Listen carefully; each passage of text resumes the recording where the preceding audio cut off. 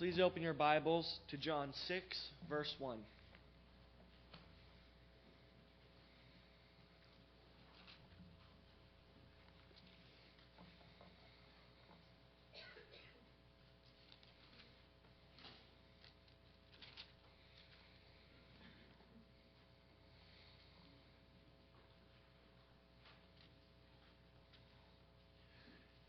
John 6, starting in verse 1. After this, Jesus went away to the other side of the Sea of Galilee, which is the Sea of Tiberias. And a large crowd was following him, because they saw the signs that he was doing on the sick. Jesus went up on the mountain, and there he sat down with his disciples. Now the Passover, the feast of the Jews, was at hand. And lifting up his eyes, and seeing a large crowd coming toward him, Jesus said to Philip, "Where are we to buy bread, so that these people may eat?" He said this to test him, for he himself knew what he would do. Philip answered him, 200 denarii worth of bread would not be enough for each of them to get a little. One of his disciples, Andrew, Simon Peter's brother, said to him, "There is a boy here who has 5 barley loaves and 2 fish, but what are they for so many?" Jesus said, "Have the people sit down." Now there was much grass in the place, so the men sat down, about 5,000 in number.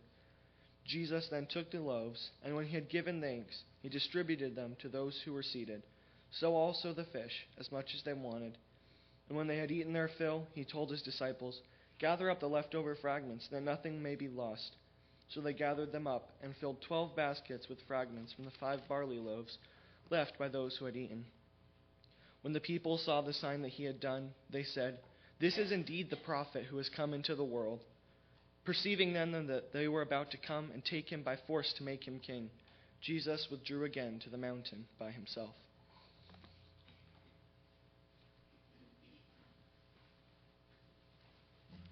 Why on earth would we be interested in a picnic that happened 2,000 years ago? Now, I like picnics, but I'm more interested in the next one, not the last one. This is an incredible occasion that's recorded for us in the Scriptures. And interestingly, all 4 Gospels include this. The only other event that is recorded in all 4 Gospels is actually the resurrection. Now, each Gospel has its contribution, and there's different purposes in their writing. We know that one of John's main purposes was to present these signs, and this is number 4 of the signs that John chose as part of his theme and purpose in this gospel. But it seems to be kind of a off event. Now, true, feeding 5,000 men with the women and children, it could be 15 to 20,000 people. That's pretty spectacular.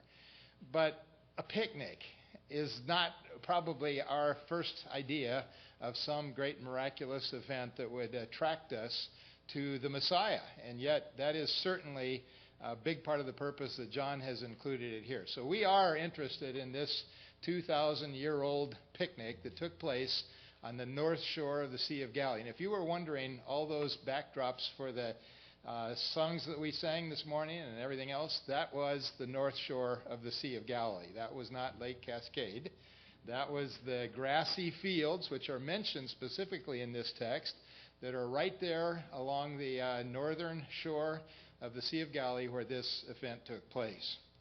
So why are we interested in a picnic that took place 2,000 years ago? Well, the first, and I think rather obvious reason, is because of the master that prepared it. We are interested in the Lord Jesus. And we're interested in everything about him, everything that he did, everything that he said. We wish more was recorded. John says at the end of his gospel, if everything was recorded, not even the world can contain all the books. And even allowing for some hyperbole there was a lot more that Jesus did and said that we don't have record of. And guess what we're going to get to do all through eternity?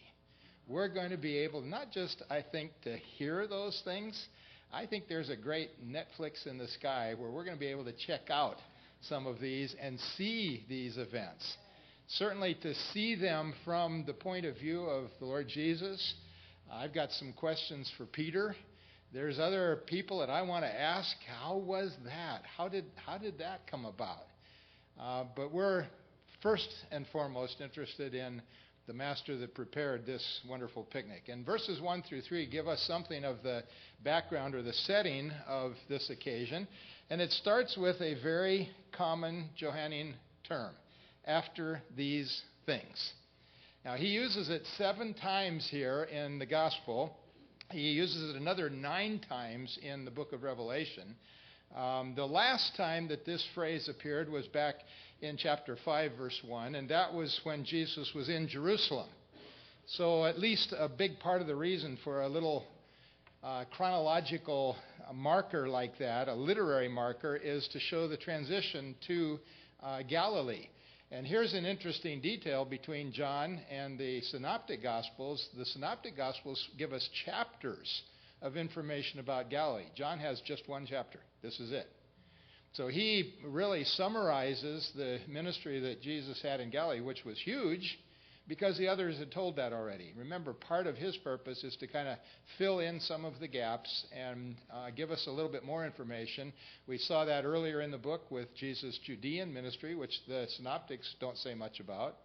And of course, once we get to chapter 12, all the rest of the emphasis in John is on that last week, the Passion of Christ. So he gives us many times more than what the other Synoptic Gospels give us.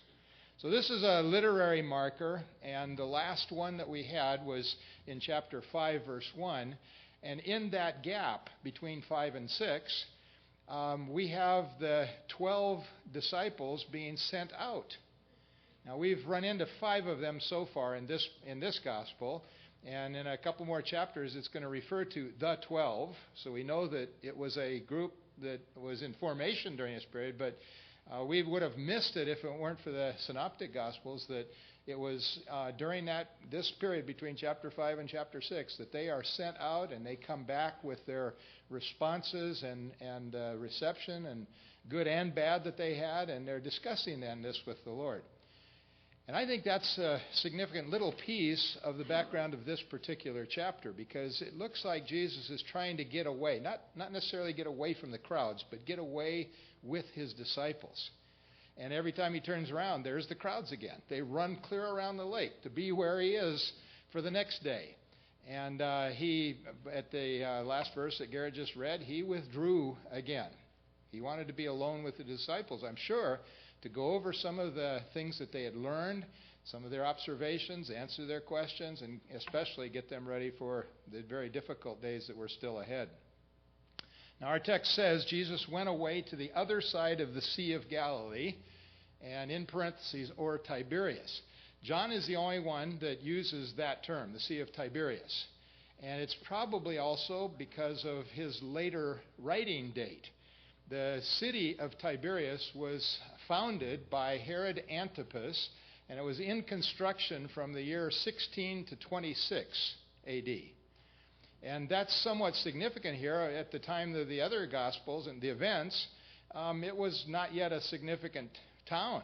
Now, it must have been beautiful. It was a beautiful Roman city with columns and colonnaded streets and all kinds of things like that. But it became more important with the passage of time, to the point that it could be called the Sea of Tiberias.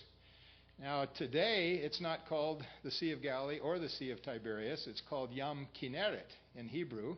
And Kinneret comes actually from the Old Testament site up on the north shore, Chinnereth in our English translations.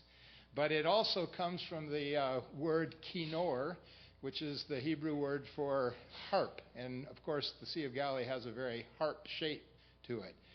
Tiberias was built right on what would be called the dividing line here between Jewish Galilee and Galilee of the Gentiles. And that's a term that we find repeated in the Scriptures, Galilee of the Gentiles, going all the way back to the book of Isaiah.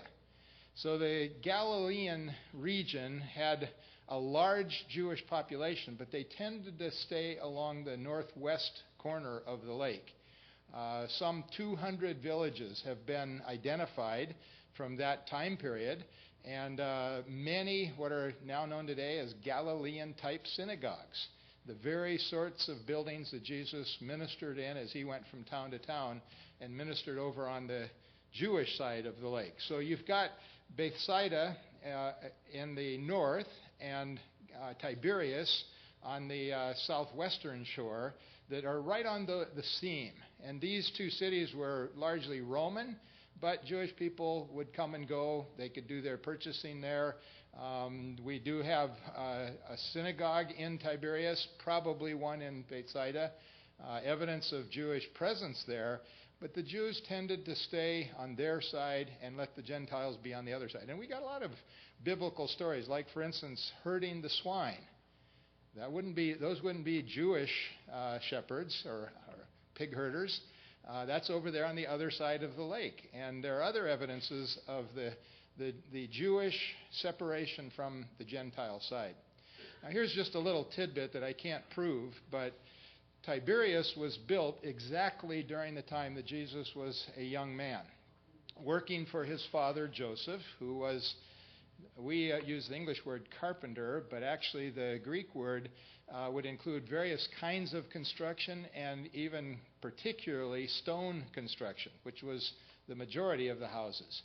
And it is very likely, I would say even probable, that Joseph may have found some work over there in Tiberias. It was a long day's walk from Nazareth, but the sort of thing where I can imagine that little old Nazareth didn't have a lot of work available, and a guy in construction would probably be picking up some extra jobs over in Tiberias. However, we don't have any record anywhere in the gospel story of Jesus going into Tiberias.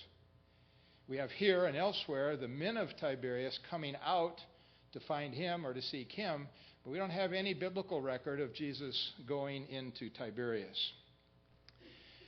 The next phrase that we need to take a look at is this one: a large crowd followed him. By the way, before I get to that, there was one other detail that the synoptic accounts help us with at this point. In Luke chapter 9, which is a parallel, it says that Jesus withdrew by himself to a city called Bethsaida. So he has headed toward the north shore, toward the seam, the gap, where probably there'd be fewer Jewish crowds. At one point, he goes up to Caesarea Philippi, which is just north of there, totally Gentile area. And I think the purpose there for sure was to be able to get alone with his disciples. That's where he asks them, "Who do men say that I am? And who do you say that I am?"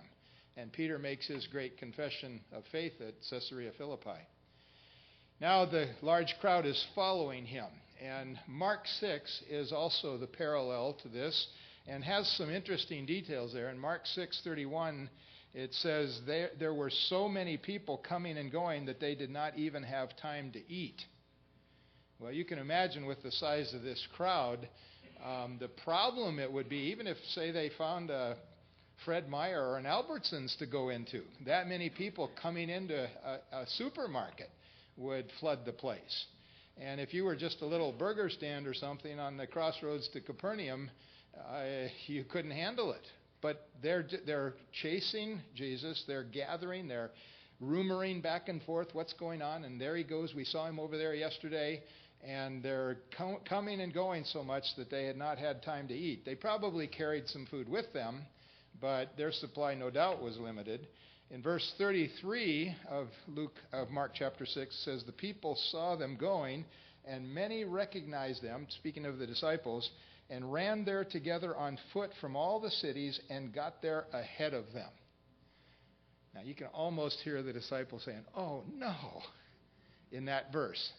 I mean, they're wanting to get away. They want to talk to their master. They don't want to necessarily share him all the time with everybody else. And they're trying to find a quiet place. And here comes this crowd again. And they run around the shore, and they're sitting there panting on the shoreline when the boat pulls up. There's one other interesting word there in Mark chapter 6, before I leave it. In verse 34, it speaks about Jesus having compassion on the multitudes. And we read that elsewhere in the Gospels, but interestingly, not in John. And I'm not sure exactly why, but John does not refer to the Lord's compassion on the multitudes like that. And especially in this particular case, that plays into the miracle that's going to happen here in just a few moments. The next phrase, because they saw the signs which he was performing on those who were sick.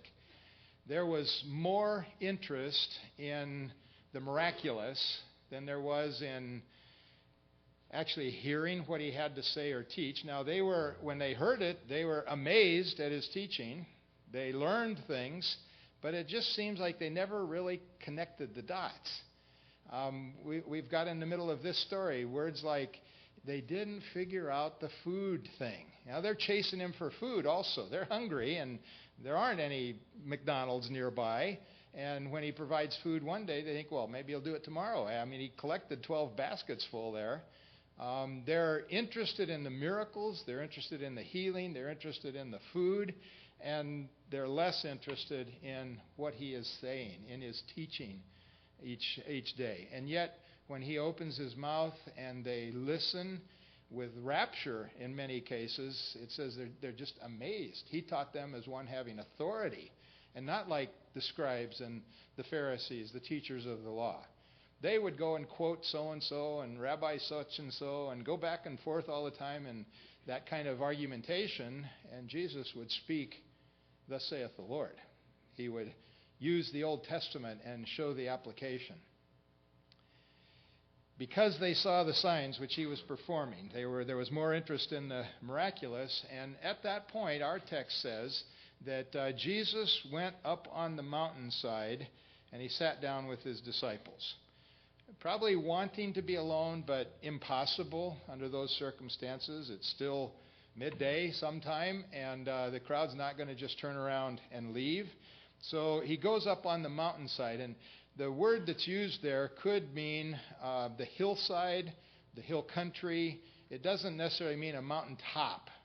Now, we might have some mountaintop experiences, even possibly later in this text, but elsewhere in Scripture. This is just, he goes up from the shore a little ways. And likeliness there would be so that he could be seen and heard when he does address the crowd. He's more visible, and his voice would project better in that direction. He sat down with his disciples, probably wanting to be alone. And Mark gives us also a little hint in that direction. Back in Mark 6:31, he says to them, "Come away by yourselves to a secluded place and rest a while." Now, it turned out not to be very secluded on this occasion. Dr. Howard Hendricks had a famous statement about that way. In King James, it says, "Come apart for a while, or else you're going to come apart."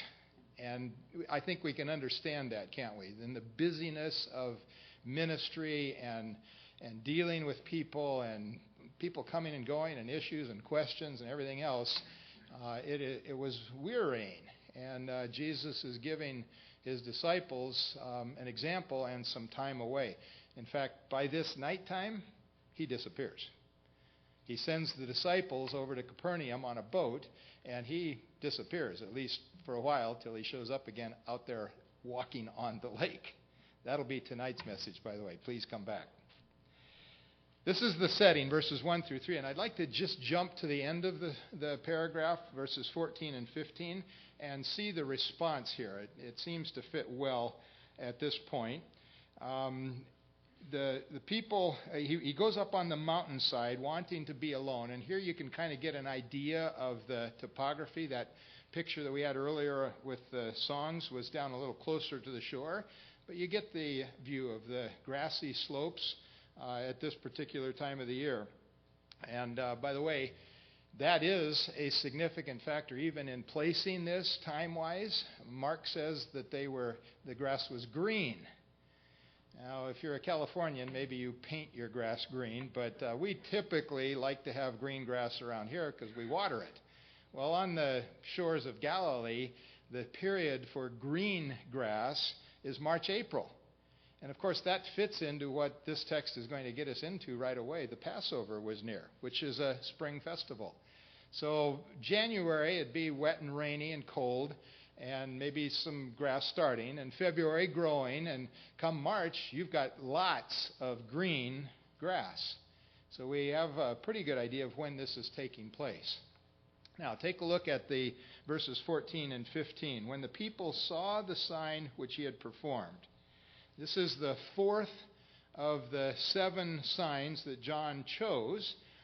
We know that Jesus did other ones even in between these signs. John just chose these 7 to fulfill his purposes in the book.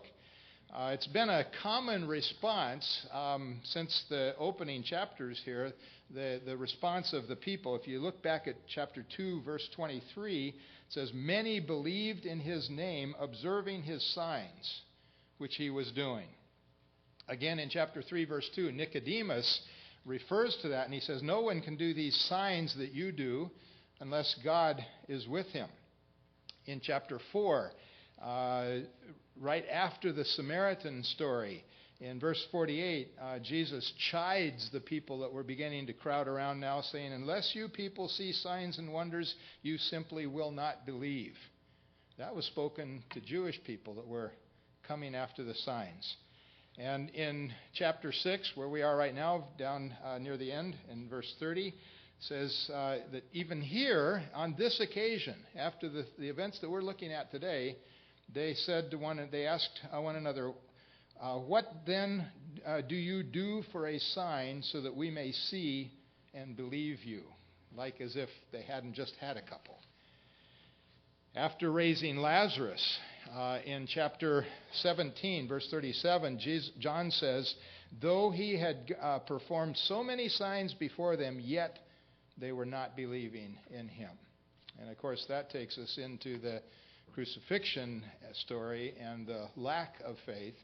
But it also takes us to the end of the book, chapter 20, where John says, "Many other signs Jesus also performed in the presence of the disciples, which are not written in this book, but these have been written so that you may believe that Jesus is the Christ, the Messiah, the Son of God, and that believing you may have life in his name." So this emphasis on the signs and the response of the people to the signs obviously is one of those primary factors in the Gospel of John. Now, on this occasion, they said, "This is truly the prophet who has come into the world." And that is indicative, certainly, of their analysis. Prophet is something less than the Son of God, or even less than the Messiah, although the miracles that he was performing and the miracles that they were looking for him to perform would have been to confirm the fact that he was Messiah. But many of them did not see Messiah as divine, as the Son of God, and that has always been Jesus' emphasis here and all the way through the Gospels. He is more than just a prophet. And that is a problem. If you see him as a prophet or as a good man, that's inadequate. That's not enough. That's why Islam is desperately wrong in their theology. They see Jesus as just another one of the prophets, Muhammad being the final and the most important one. But to see him as a baby in the manger or even as a dead man on a cross is inadequate to explain who he is. Now, a priest represents man to God, but a prophet represents God to man. And that's an important role of what Jesus did here. In fact, from the beginning, we've seen he explains the Father. He exegetes the Father to us. If we have seen the Son, we have seen the Father. The emphasis has continually been that he is a prophet of God, one who is preaching, teaching, speaking forth the truth about God and his Word. They saw him especially as a fulfillment of the Mosaic prophecy. In Deuteronomy chapter 18, Moses said, "God will raise up for you a prophet like me from your brethren." And we know that that's not an accurate point of view because that's quoted twice for us in the book of Acts. That is an element of who he is and why he came. In John chapter 4, verse 19, the Samaritan woman, remember, said, "Oh, I perceive you are a prophet," when he was able to tell her about her sordid past. In John chapter 7, verse 40, the crowd in Jerusalem at the Feast of Tabernacles, chapter 7, verse 40, the crowd says, "He's the prophet." In John chapter 9, verse 17, the man born blind, when quizzed about who did this, who is it, he said he's a prophet. In Matthew chapter 21, verse 11, Jesus, the prophet from Nazareth. That was the term that was used by the crowds at the triumphal entry into Jerusalem. They recognized him as a prophet, something more than just an ordinary man, but not yet the Son of God and the Savior. In Matthew chapter 21, verse 46, just prior to the cross, the people held that he was a prophet. In Luke chapter 7, verse 16, a great prophet has appeared among us. That was the crowd at Nain when he raised the young boy back to life for his widowed mother. Obviously, if someone raises someone to life, he's not an ordinary person. And they thought he was the prophet. Luke chapter 24, verse 19. Remember the disciples on the road to Emmaus, they referred to Jesus of Nazareth, a prophet among us. Now, notably, you never find the Pharisees saying that. In fact, in Luke chapter 7, if this man were a prophet, he would know what sort of woman is touching him. You never find the chief priests saying this. In John chapter 7, verses 48 and 52, no prophet arises out of Galilee. So this issue of being a prophet or not being a prophet, especially with a capital P connotation here, this is a critical part of the identification process. And the crowds are following in the hopes that this could be it. This may be the very one that Moses talked about. And the messianic expectation was, especially around the time of Passover, exceptional. It'd be kind of like patriotism around the 4th of July. It just fits there. And can you imagine these crowds now? It had to have attracted some Roman attention. You get 15,000, 20,000 people roaming around on a hillside. The police are going to be watching.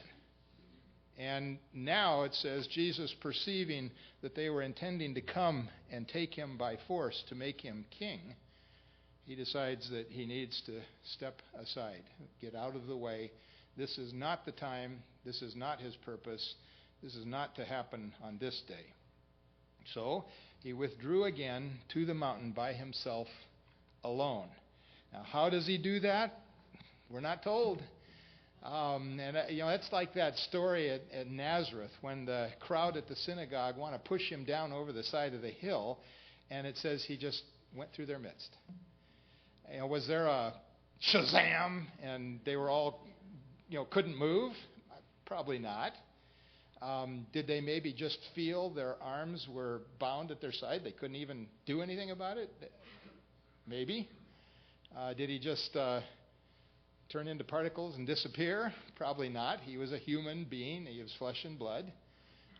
But he was able to pass through their midst, and he got away, and he got alone.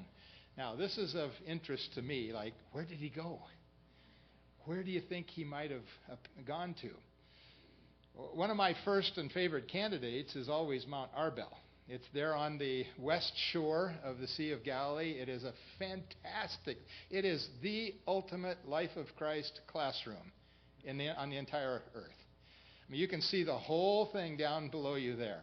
And you can see Nazareth right over your shoulder. And you know the direction to Jerusalem. It's just the perfect spot. But it's a little bit too far away on this particular occasion. Now, they tended to walk a lot more than we do. It's not impossible, but I think we got some other candidates. One of them would be Mount Hermon.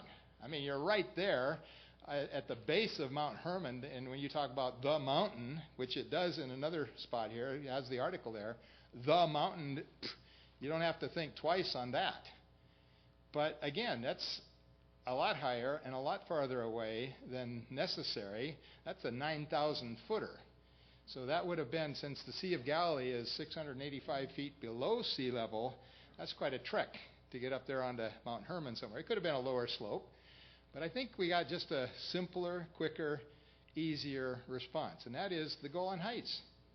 They're right there at the foot of the Golan Heights. And this is taken about 2.5, 3 miles from the shore. You can see the Sea of Galilee down there In the bottom, there's all kinds of hills and possible mountains and candidates for a nice hideaway, a good place that he could have gone.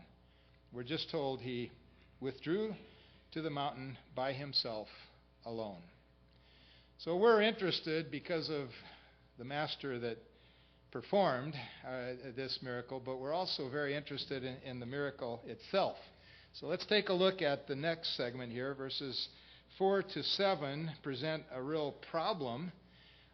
We've got some pessimism going on in verses 8 and 9, and then the fantastic provision, verses 10 through 13. So let's take a look at this miracle that he performed. Now, the problem, of course, is there's no food, there's no money, and there are no stores. Other than that, piece of cake. Well, we don't have cake either. There's nothing to be had to feed a crowd like this. It does say here it's the Passover, the feast of the Jews, that time was near. The year is probably the year 32 A.D.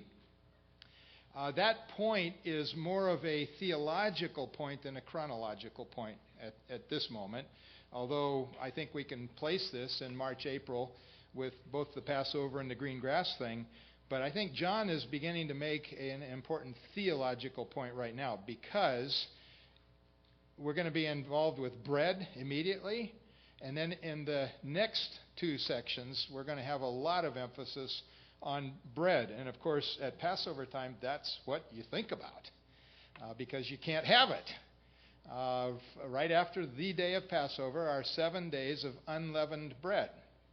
And if you're reading through your Bible, according to the church calendar that I recommend, you just got through reading this, didn't you? In Exodus chapter 13 and 14, and the whole story about the 7 days of unleavened bread. I think I've told the story before, but it bears repeating. Of our students in IBEX program in Israel, there was always an argument, which is better, go in the spring semester or the fall semester? The spring semester, of course, you got Passover. And that's cool. There's so much stuff. Fall, though, you got tabernacles and a lot of other cool things. So it was kind of a toss-up there. But I remember one year, Passover was rather late, and the students had just celebrated Passover late in the calendar, and it was time to head back to California. And so they had been so impressed with this, they all went to the grocery store and bought boxes of matzah. And maybe you've seen most of our boxes of matzah here are little packages. But in Israel, you're buying 6, 8, 10, 12 boxes of matzah to get through the week with your family. And, you crush it up and put sugar and milk on it for your cereal for breakfast in the morning. And you grind it up and rebake it to make bread, except it's matzah bread. And you're getting so sick and tired of matzah after 7 straight days, you don't want to see another piece until next year, and that's soon enough. So here's all these students going to the airport with their boxes of matzah, and the flight was delayed. And of course, they're at the end of the semester, so students never have any money anyway. They don't have money to buy something to snack on until the flight, so they're cracking out their boxes of matzah. This is a week after Passover, and they're all munching on matzah, and the Israelis think they're plumb weird. What on earth? Nobody eats matzah after the days of unleavened bread. Bread was very much in the consciousness. You eat as much good bread as you can before Passover, knowing you're going to go 8 days now without it. And that is a theological thread now that's going to be picked up here in the passages to come. By the way, he says the Passover, the feast of the Jews. That's indicative of his audience. You wouldn't have to say that to a Jewish audience. Now, I imagine Jewish people read his gospel just as Jewish people today can read it, but you would not have to explain to any Jewish person that Passover was a feast of the Jews. Well, duh, of course it is. So that's indicative of probably a largely Gentile audience that first received John's gospel here. Jesus, lifting up his eyes and seeing that a large crowd was coming to him, turns and carries on a conversation with Philip. Lifting up his eyes and seeing that a large crowd was coming to him. They had run all the way around the north end of the lake. in order to get there ahead of him. Presumably, he and the disciples crossed in a boat. They have a boat at their disposal. The next pericope is about his sending them in the boat over to Capernaum. They are there on the shore, watching what he's doing, looking with expectation. I don't think they yet expected him to produce food for them. After this event, they do on other occasions. But Jesus turns around and he says to Philip, "Where are we to buy bread so that these may eat?" Now, Philip was the obvious one to ask because Philip is from Bethsaida. That's the closest town right there. He would know, where the farmer's market was. He would know where the local McDonald's was or whatever else to be able to go and buy some bread. And he must have been just a bit flabbergasted even at the question, "What do you mean, buy bread for this many people?" He says, it says in our text, Jesus was saying this to test him, for he himself knew what he was intending to do. He used this, as everything, as a teaching opportunity with his disciples. He wanted them to think through the ramifications of an occasion, an event like this. The word translated test is the same word used elsewhere in the New Testament for tempt. The same word is used both times. You've got a play on that word in the book of James, for instance. God does not tempt us to do evil, but he does test us to see where our loyalty lies. And the context is what determines the meaning of that word, if it's more in the situation of a temptation or if it's more of an exam, a test. And that's the way it should be used here. He was not caught by surprise on this occasion. He knew full well where he was, why he was there, what he was planning to do. He knew what the outcome was going to be. And he was using this to teach his disciples. Now, another disciple comes up here in verses 8 and 9. And remember that this all comes after these same disciples. Just think back a little bit. They had seen him turn water to wine in chapter 2. They had seen him heal from a distance. The man from Capernaum, the ruler that had come to Cana. They had seen him cure a man who had been crippled for 38 years at the pool of Bethesda. They'd seen many other miracles, even according to John's accounting. They had seen what he was capable of doing. But it says, Philip answered him, 200 denarii worth of bread is not sufficient for them, for everyone to receive even a taste, even a little.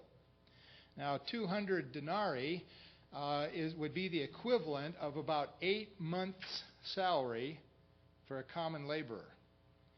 The going wage for a common laborer was 1 denarius. So this would give about 8 months' worth of bread, and that would just give them enough to have a taste, not to satisfy their hunger. So Philip is very, very pessimistic in his statement. So up comes Andrew in the next phrase. Andrew, Simon Peter's brother, said to him, "Well, there's a lad here who has 5 barley loaves and 2 fish, but what are these for so many people?" It was ludicrously inadequate. And I think you have to hand it a little bit to Andrew. I mean, at least he mentioned it. At least he thought, well, who knows? What could he do? He did bring this little boy. In fact, every time you find Andrew, he's bringing somebody to Jesus. And that's a good characteristic. The boy that's here is, in most of our English translations, something like lad or small boy. It's actually a double diminutive. He was a little kid, tiny. He was probably out there fishing for the day or something, and Mom had packed a little lunch for him in his basket, and it was small.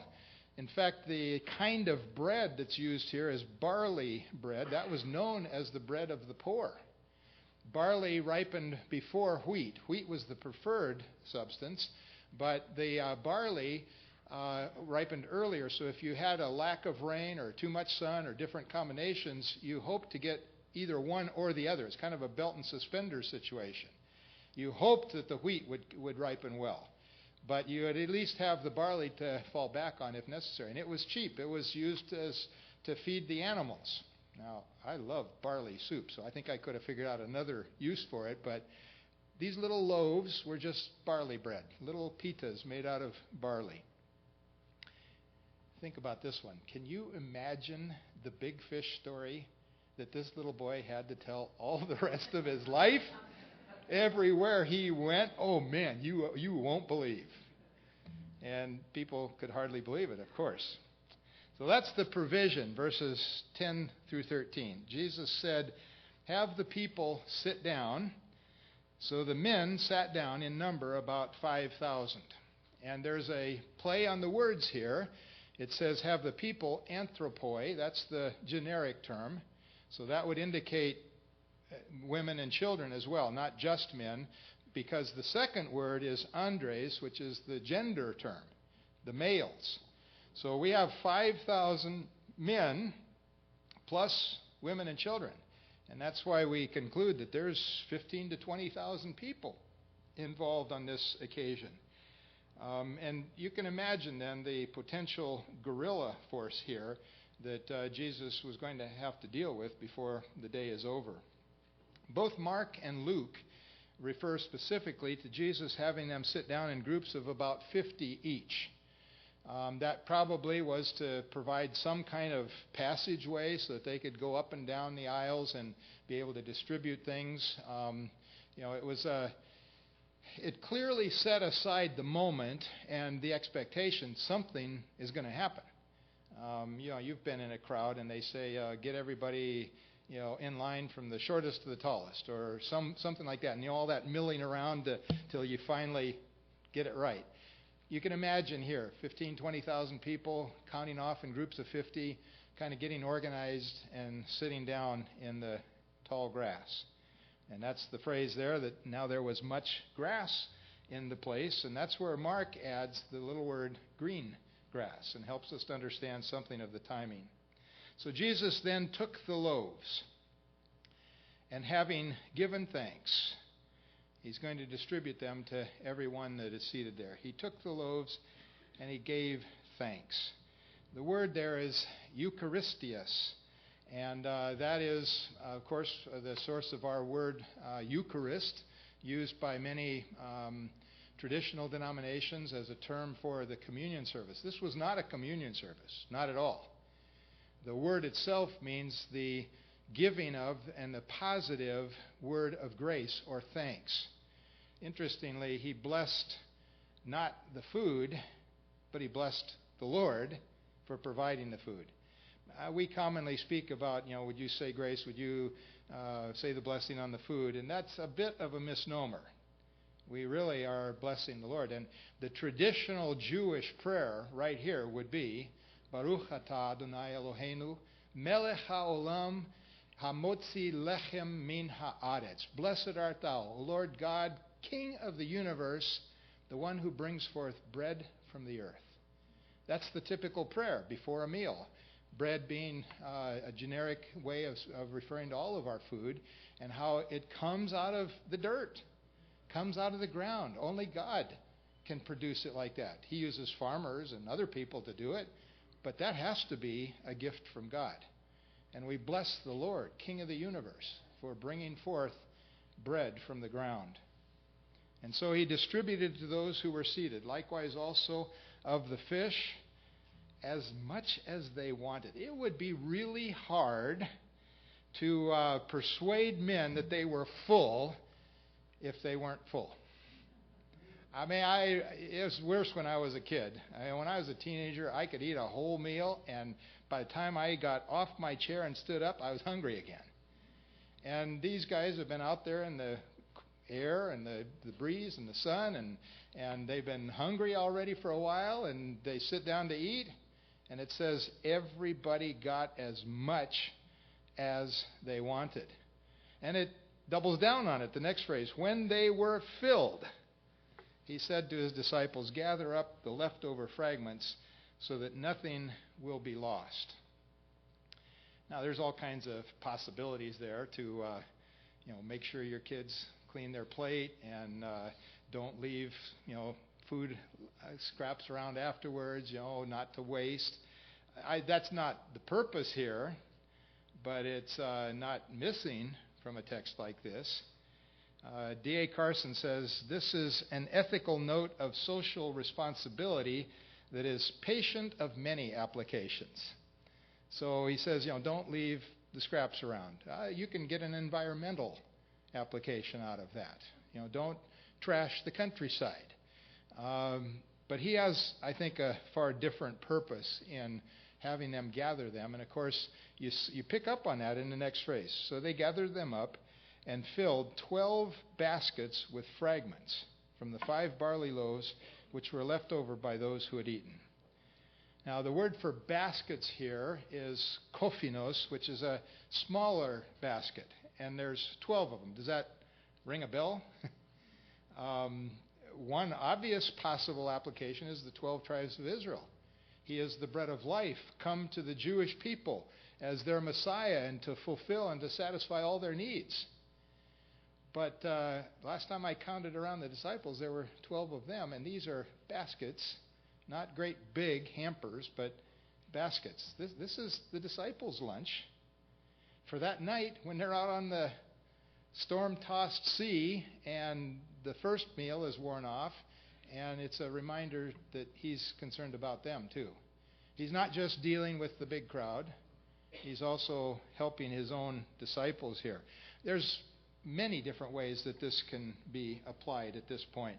It's interesting that at the feeding of the 12,000, they got 12 baskets full, and the word kophinos is like a lunch box, a lunch basket. It would hold perhaps more than enough for one person, but it's not a great big one. The word that is used after the feeding of the 4,000 has to do with a large hamper. In fact, it's the kind of basket that Paul was let down in from Damascus over the side of the wall, in a basket of that size. So 7 very large baskets after the feeding of the 4,000. Here we have 12, and it's a smaller kind of a basket. Now, I think another reason why we're interested in this picnic of 2,000 years ago is because of the men that Jesus was preparing throughout all of this. And there's several levels for that. There is, of course, Philip and Andrew, the 2 disciples that came to him very pessimistically. There's 200 denarii wouldn't even give him a taste. And here's this little boy with 5 barley loaves and a couple fish. There was an occasion here to test the disciples because he knew what he was intending to do. There's also the lessons for all the 12. All 12 of them organized the crowd.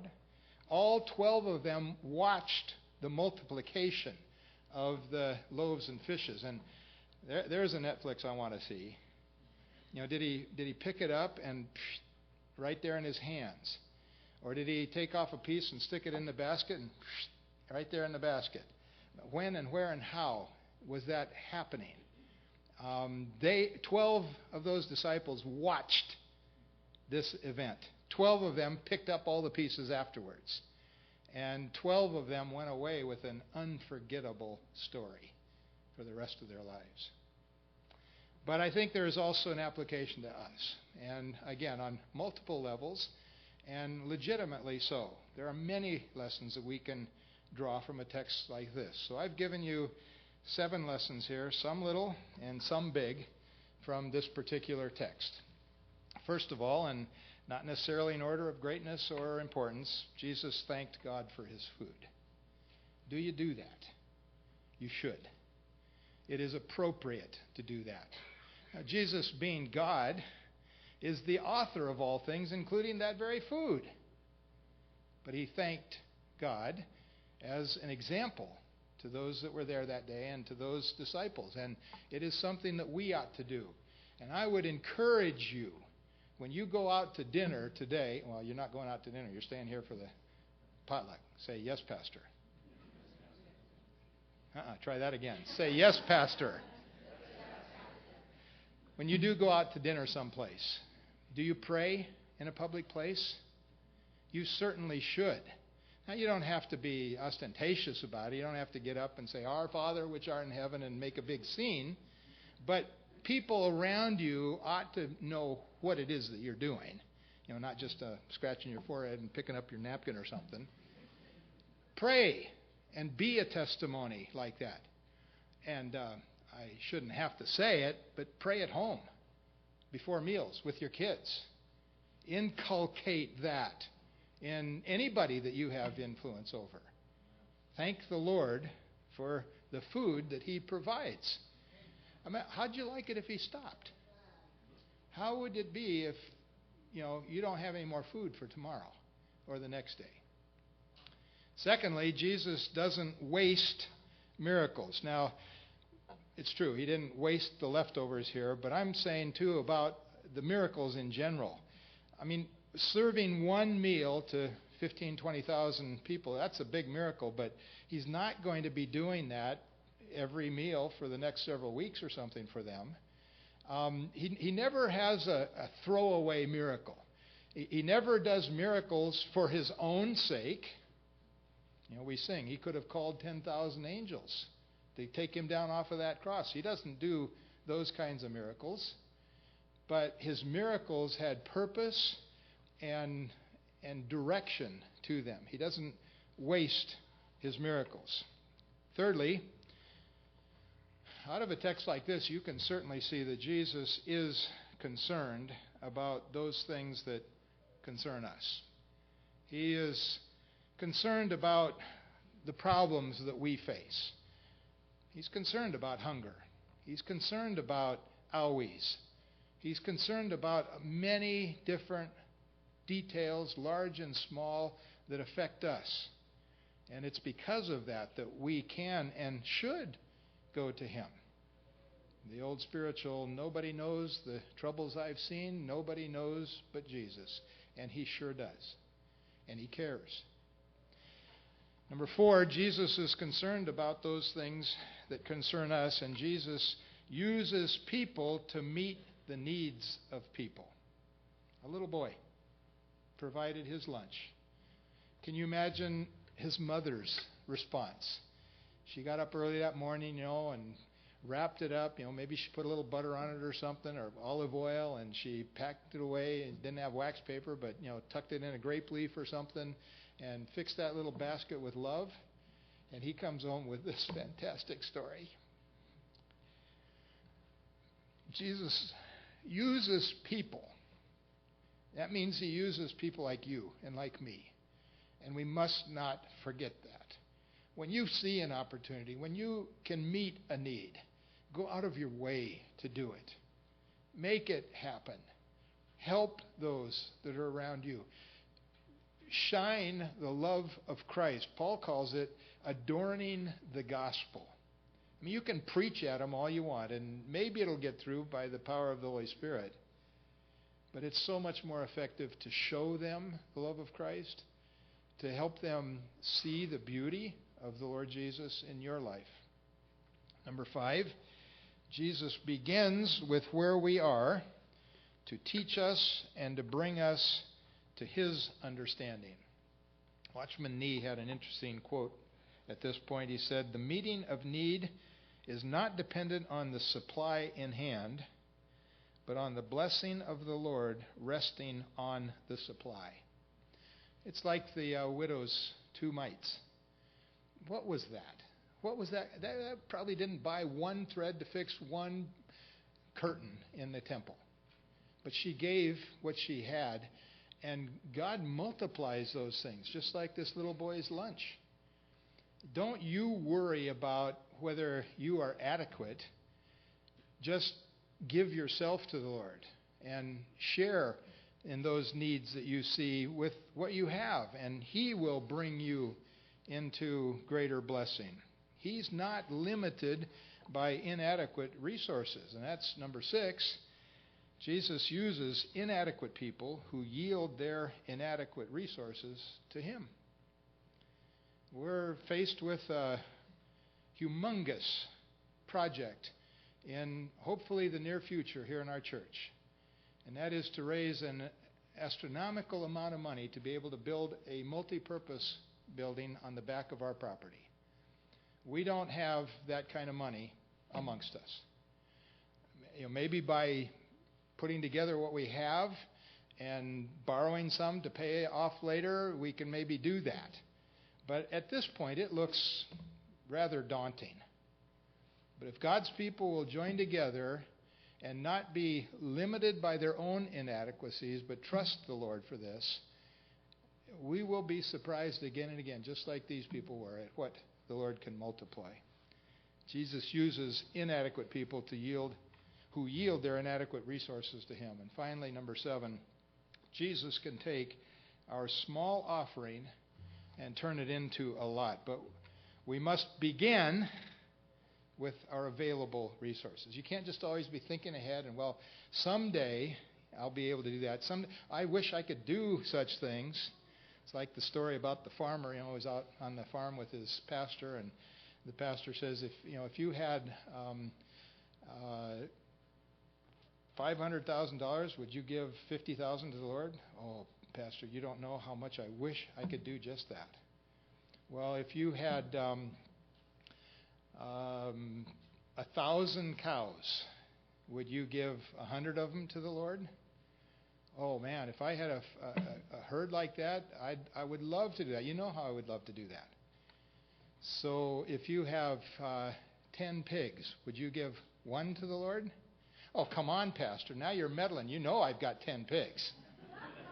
We often think like, I just don't have it, but we need to think about, look how much I do have. And we in this country are obnoxiously wealthy compared to any other standards around the world. We have it, and we can give, and we can do more. And Jesus can take our small offering and turn it into a lot. And Spurgeon says it's so that we won't forget how much the Lord can do with the little things that are yielded to Him. Warren Wiersbe concluded his commentary on this note. The practical lesson is clear. Whenever there is a need, give all that you have to Jesus and let Him do the rest.